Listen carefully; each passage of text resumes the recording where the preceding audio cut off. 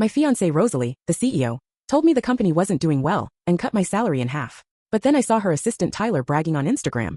The boss not only gave me a raise, but also bought me a luxury car because she was worried I'd be tired from work. She's so thoughtful. In the photo, he and my fiancé were standing in front of a newly purchased $1 million luxury car, looking blissfully happy. I pondered for 2 seconds, then hit the like button. That evening, Rosalie called an emergency meeting, using the excuse that I was disrupting the company's atmosphere. She withheld my entire month's salary and gave it to her assistant as compensation for emotional distress. Everyone looked at me sympathetically, thinking I would go crazy and make a scene. But I just calmly packed up my things from my desk and handed my resignation letter to her. Docking my salary isn't enough for bullying a colleague. I'll resign voluntarily. As soon as I finished speaking, Rosalie's assistant Tyler quickly chimed in. Felix, how can you resign over such a small matter? You've been with the company for so long, and Rosalie has always been so good to you. If you resign at this critical moment, how will everyone view Rosalie? Rosalie, please come and talk Felix out of it. Rosalie might have wanted to persuade me earlier, but after hearing Tyler's words, her anger grew. She snorted coldly. Why should I persuade him? If he wants to leave, let him leave. I have nothing to hide. I'm not afraid of what anyone might say.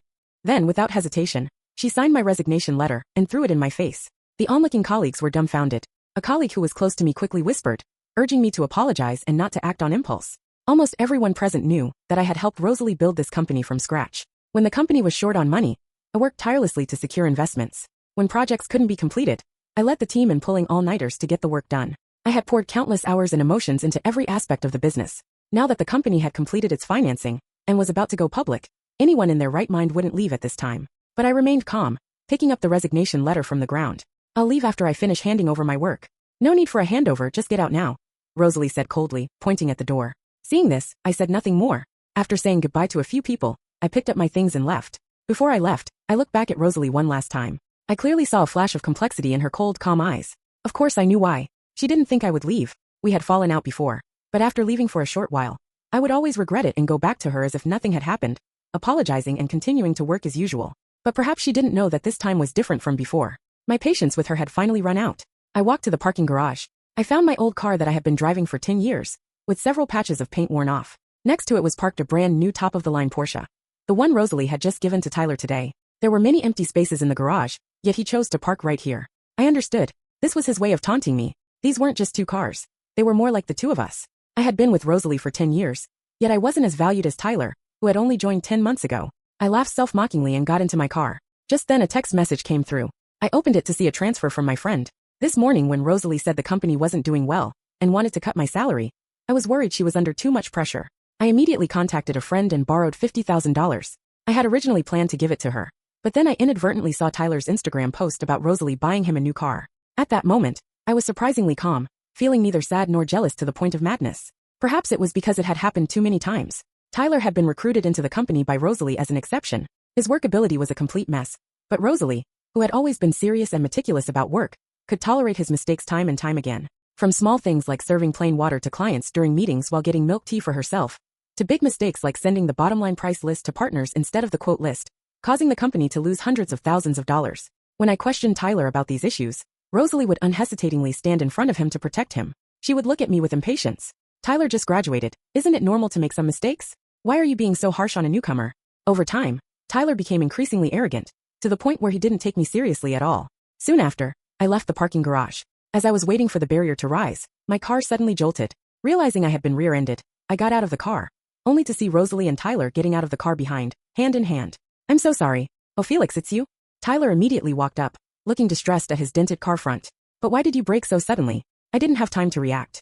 What a shame. Rosalie just gave me this new car, he added. Rosalie also looked at me with a gloomy face and said coldly, did you do this on purpose? Did you know Tyler was behind you and deliberately braked to get revenge? I almost laughed at her accusation. It was always like this. She would push all the blame onto me, without distinguishing right from wrong. Before I could say anything, Tyler's eyes slowly turned red. Rosalie, don't blame Felix, he said. Felix just resigned because of me. It's normal for him to be angry with me. After all, it's all my fault. As he spoke, he clenched his fist and hit his forehead hard, as if in frustration. But just before his fist touched his forehead, he deliberately loosened his grip. Rosalie couldn't see through this act. Her eyes filled with concern as she gently rubbed his forehead, saying lovingly, it has nothing to do with you. Don't take everything on yourself. After saying this, she glared at me angrily. Seeming to get more upset the more she thought about it, she poked my forehead hard. Felix, can't you learn from Tyler and take some responsibility? He knows how to be humble. You've been working for so many years. Why are you still so childish and arrogant? I stumbled back a couple of steps from her push, After regaining my balance, I found it somewhat amusing. Over the past year, it had been Tyler constantly stealing my achievements and scheming to pin blame on me. Now suddenly he was humble and responsible, while I was childish and arrogant. Knowing that talking further would be a waste of breath, I couldn't be bothered to say anything more. I turned around, preparing to leave. Wait a moment. Rosalie suddenly stopped me. I thought she was going to scold me again and defend Tyler, but to my surprise, she pulled me aside. She spoke earnestly. Felix, I admit my attitude towards you today was indeed too harsh, but it's because I have high expectations for you. That's why I'm so strict with you. Hearing her gentle words, I was still a bit confused. However, I soon understood her intentions. Rosalie smiled lightly at me and patted my shoulder. I'll withdraw your resignation letter. Just come to work as usual, but find a time to apologize to Tyler in front of everyone. Also, you're fully responsible for this rear-end collision.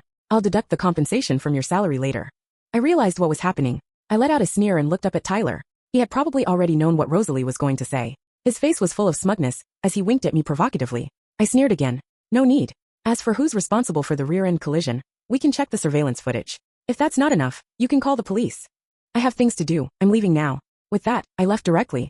Rosalie was fuming behind me. I've already given you a chance. Don't regret it. Regret? I won't regret it. I got back in my car and sent a message to my friend. I've resigned. I can start working at your company tomorrow. My friend called back in less than half a second, his tone excited. Are you serious? He sounded a bit unsure. Do you want to discuss it with Rosalie again?